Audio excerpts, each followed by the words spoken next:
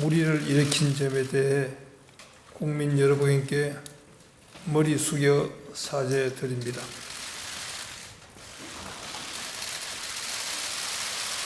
특히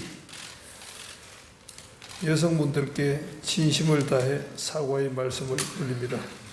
이번 사태에 대해 깊이 반성하며 저 개인의 부족함으로 일어난 일이기에 모든 책임을 지고 이 시간 이후 회사 경영에서 물러나고자 합니다.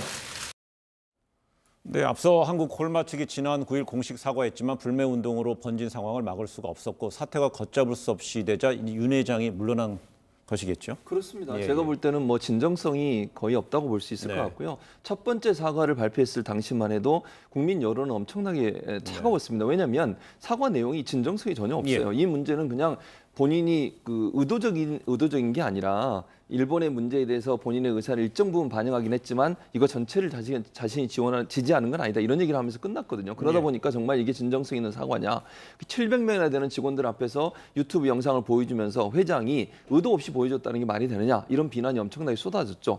그러다 보니까 결국 어쩔 수 없이 이 문제를 좀 무마시키기 위해서 윤두환 회장이 스스로 물러나는 모습을 보였는데 이 마지막 지금 인터뷰 우리가 봤습니다만 이 사과문 자체도 사실은 국민들 입장에서는 받아들이기 어려운 상당히 뭐 형식적인 형태만 갖췄지 진정성은 없는 그런 사과라는 반응이 나오고 있는 상황입니다. 또 사과문을 보게 되면요, 사과의 대상이 이렇게 돼 있습니다. 고객사, 소비자, 여성, 그리고 국민 이렇게 돼 있습니다. 노 변호사님. 네, 그렇습니다. 예. 잘못된 행동으로 피해를 입은 고객에게 미안하다. 그리고 예. 우리 제품을 사랑해줬던 소비자에게 죄송하다.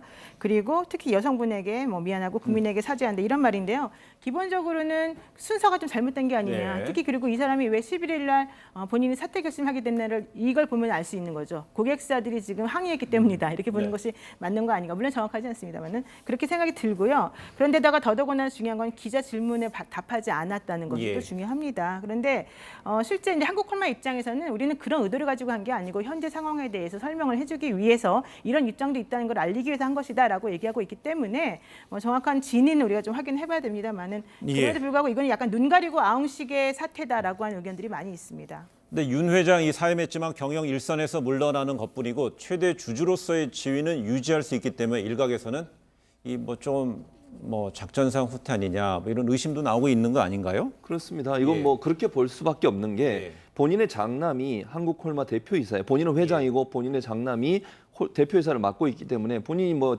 회장 자리에서 물러난다 하더라도 실제적으로 회사를 운영하는 주도권은 결국 본인의 그 가족들이 맡을 수밖에 없다. 예. 본인의 장남뿐만 아니라 가족들이 여러 직책들을 맡고 있습니다. 현재. 그리고 한국콜마나 한국콜마 홀딩스라고 하는 두 회사의 최대 주주가 본인이에요. 예. 그러다 보면 결국은 본인의 일가족이 전체 회사를 장악하고 있는 상태에서 회장 직분만 던졌을 뿐이지 실제적인 지배는 계속 할 수 있는 상황이다. 이렇게 볼 수 있을 것 같습니다. 한국